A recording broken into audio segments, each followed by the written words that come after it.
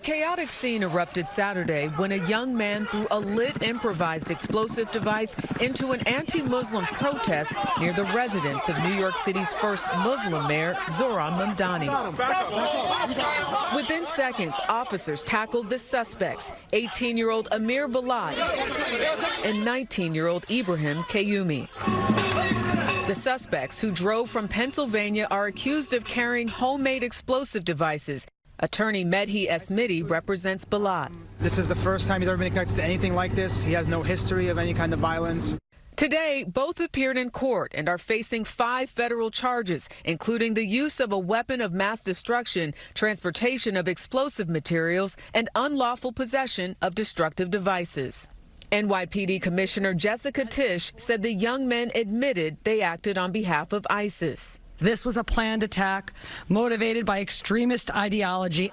In the criminal complaint, Kayumi says he watched ISIS propaganda on his phone. And after being arrested, police say Balad said he hoped to carry out something bigger than the Boston Marathon, which he noted resulted in only 3 deaths.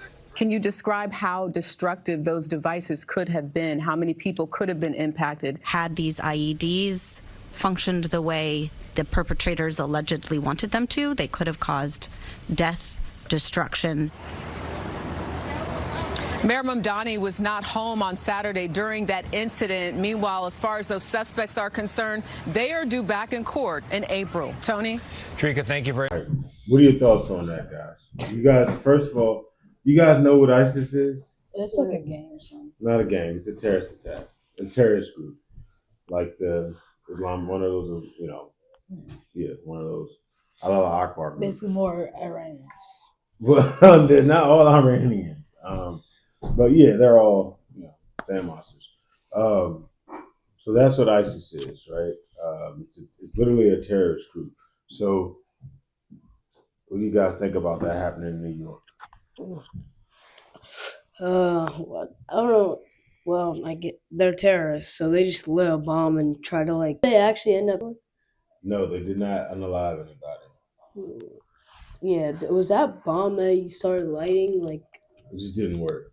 Oh. But it was a homemade one that, it was supposed to do a whole lot of damage. I mean, the fact that he looked at, what was it called? The Boston March or something? It's a Boston Marathon. Boston Marathon. There was another terrorist attack at the Boston Marathon. He says there was only 3 deaths and said he wants to do something bigger than that. Mm-hmm. I just don't understand. Why do you want to just go out and unalive people for no reason? It's just weird, bro.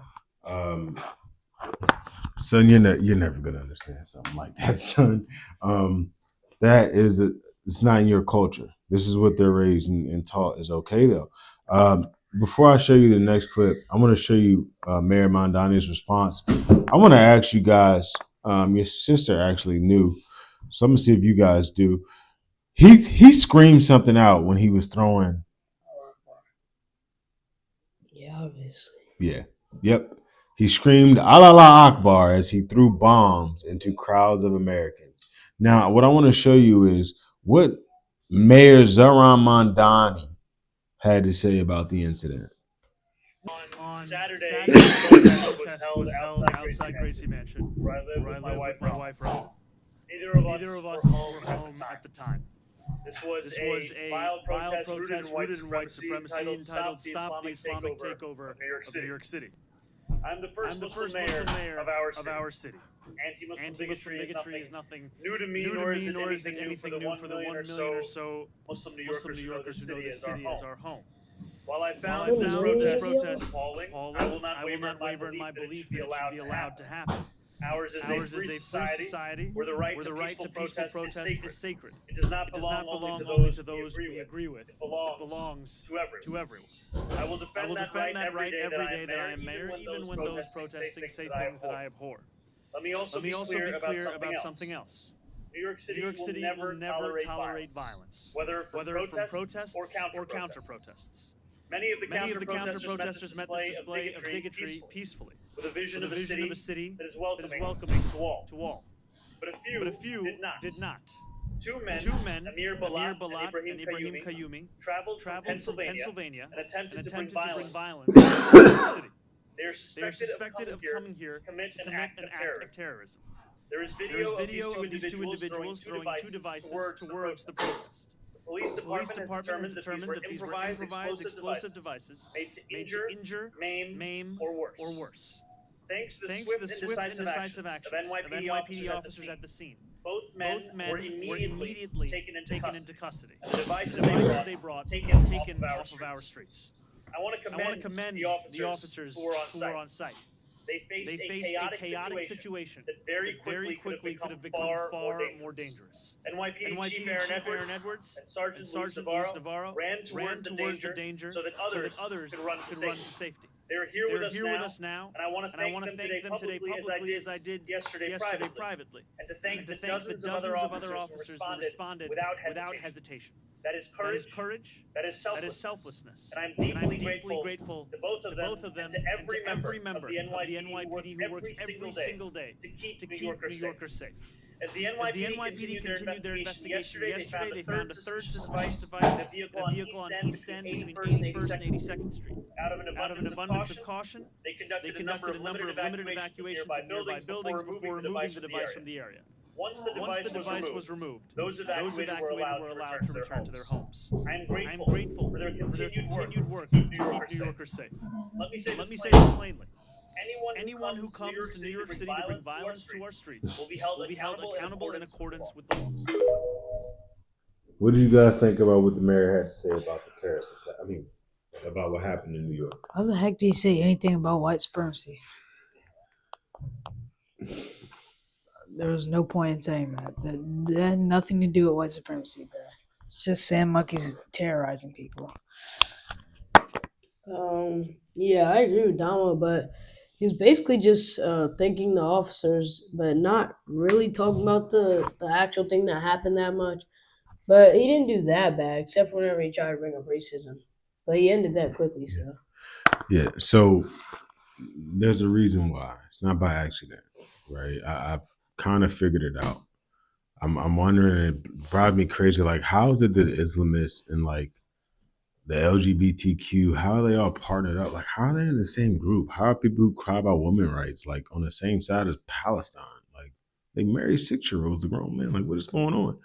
Then I realized, like, oh, wait, they have one thing in common.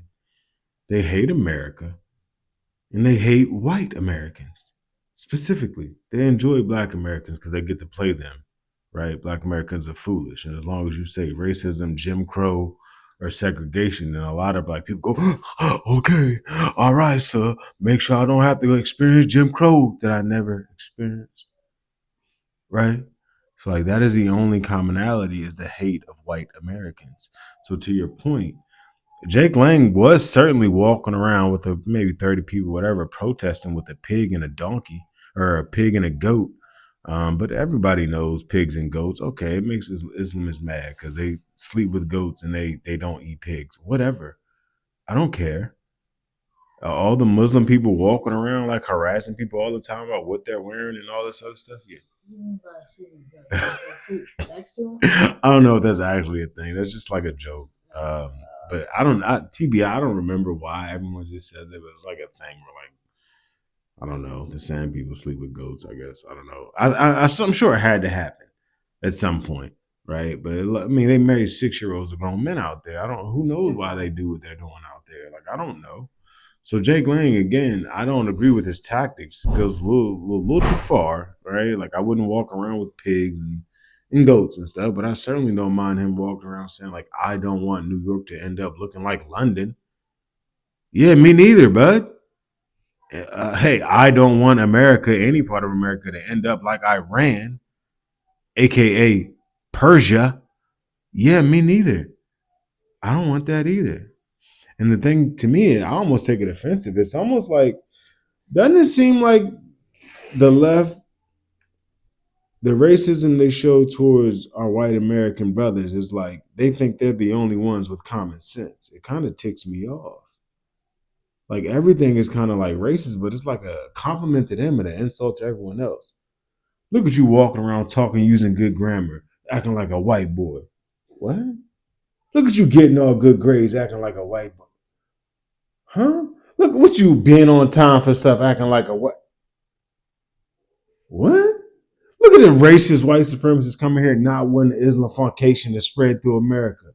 I don't want it either. Don't give the white Americans all the good credit. Give me some too. I don't want any of that crap either. But see, they hide it and just say, "Oh, it's white supremacy, racist, white," because they know if you start leaning on racism and white and bring up the white screen, there is unfortunately enough dumb blacks out there just gonna go, "Yeah, get them. Sure, sign me up for Islamification." And I'm gonna also just say what it is. In that race, religion, whatever. I have a clip I'll show you later of the actual quoting. They let men like smack and control the women. So like, am I shocked a bunch of creep weirdo dudes in America want to join Islam? They get a bunch of wives and women aren't allowed to talk back.